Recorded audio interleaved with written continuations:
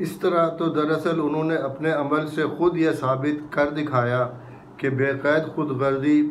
بہت ہی کم روشن خیال ہوتی ہے، خصوصاً جب کہ معاشی اور سیاسی طاقت بھی اسی کے ہاتھ میں مرتکز ہو جائے اور قانون ساز بھی وہ خود ہی ہو۔ ایسے حالات میں تو اس کی بیشتر کوششیں اجتماعی مفاد کی خدمت میں نہیں بلکہ جماعت کے مفاد کو اپنے ذاتی مفاد پر بھیٹ چڑھانے کے لیے صرف ہونے لگتی ہیں۔ ان سب حرکات پر مزید غضب انہوں نے یہ کیا کہ افراد کے لیے اس بات کو بالکل جائز اور معقول اور برحق ٹھہرایا کہ وہ سرمایہ کو جمع کر کے اسے سود پر چلائیں۔ سود ایک قابل نفرت برائی کی حیثیت سے دنیا کے اکثر معاشروں میں ہمیشہ سے موجود رہا ہے، اور دنیا کے قوانین نے بھی بسا اوقات اس کو بکراہت گوارا کیا ہے، لیکن قدیم جاہلیت عرب کے بعد یہ فخر صرف جدید جاہلیت کے مفکرین کو حاصل ہوا کہ انہوں نے اسے کاروبار کی ایک ہی معقول صورت اور پورے نظام مالیات کی ایک ہی صحیح بنیاد بنا کر رکھ دیا، اور ملک کے قوانین کو اس طرز پر ڈھالا کہ وہ قرض دار کے بجائے سود خور کے مفاد کی پشت پناہ بن گئے۔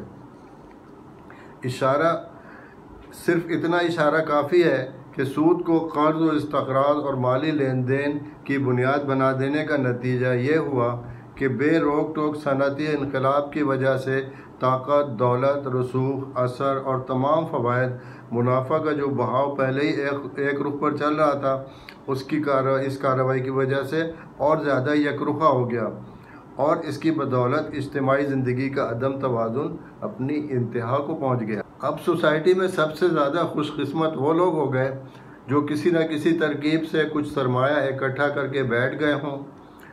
دماغی قابلیت رکھنے والے، محنت کرنے والے، کاروباری اسکیمیں سوچنے اور ان کی تنظیم کرنے والے، اپنی جان کھپا کر کاروبار کو ہر مرحلے پر چلانے والے، اور اشیاء ضرورت کے سب اس ایک آدمی کے سامنے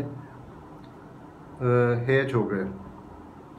جو کاروبار میں روپیہ قرض دے کر اطمینان سے گھر بیٹھا ہوا ہو۔ ان سب کا نفع غیر معین اور غیر یقینی ہے، اور اس کا نفع معین اور یقینی۔ ان سب کے لیے نقصان کا خطرہ بھی ہے، مگر اس کے لیے خالص منافع کی گارنٹی۔ یہ سب کاروبار کے بھلے اور برے میں دلچسپی لینے پر مجبور ہیں، اور وہ ہر چیز سے بے پرواہ صرف اپنے سود سے غرض رکھتا ہے۔ کاروبار فروغ پاتا نظر آئے تو وہ بے تحاشا اس میں سرمایہ لگانا شروع کر دیتا ہے کہ نفع کے امکانات ختم ہونے لگتے ہیں۔ کاروبار سرد پڑتا نظر آئے تو وہ مدد کے لیے ہاتھ نہیں بڑھاتا بلکہ اپنے پہلے کا لگا ہوا سرمایہ بھی کھینچنے لگتا ہے، یہاں تک کہ ساری دنیا پر سخت کساد بازاری کا دورہ پڑ جاتا ہے۔ ہر حال میں نقصان، زحمت، خطرے سب کچھ دوسروں کے لیے ہیں، اور اس کے لیے حد سے حد اگر کوئی اتار چڑھاؤ ہے تو وہ صرف نفع کی کمی بیشی کا ہے۔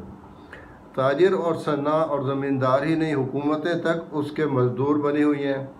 اس کے دیے ہوئے روپے سے وہ سڑکیں، ریلیں، نہریں اور دوسری چیزیں بناتی ہیں، اور برسوں نہیں صدیوں ایک ایک شخص سے ٹیکس وصول کر کے اس کا سود اس کے گھر پہنچاتی رہتی ہیں۔ حد یہ ہے کہ قوم کو اگر کوئی لڑائی پیش آ جاتی ہے تو جس کی جان جائے، یا جس کے ہاتھ پاؤں کٹیں، یا جس کا گھر برباد ہو، یا جو اپنے باپ، بیٹے یا شوہر سے محروم ہو، ان سب کے